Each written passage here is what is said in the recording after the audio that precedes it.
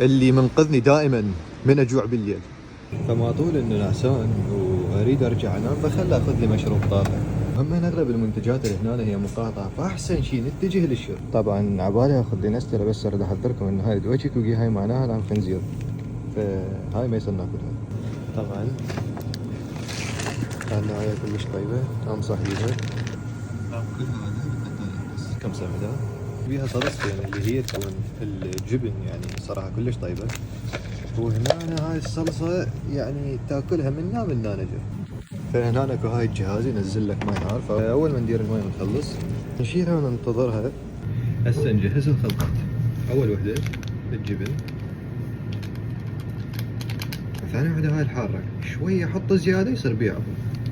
لله هالمرة مو نفس ذاك الفيديو ما درت هواية، فأتوقع هالمرة حتطلع طيبة. أهم شيء نخلط خلطة محترمة.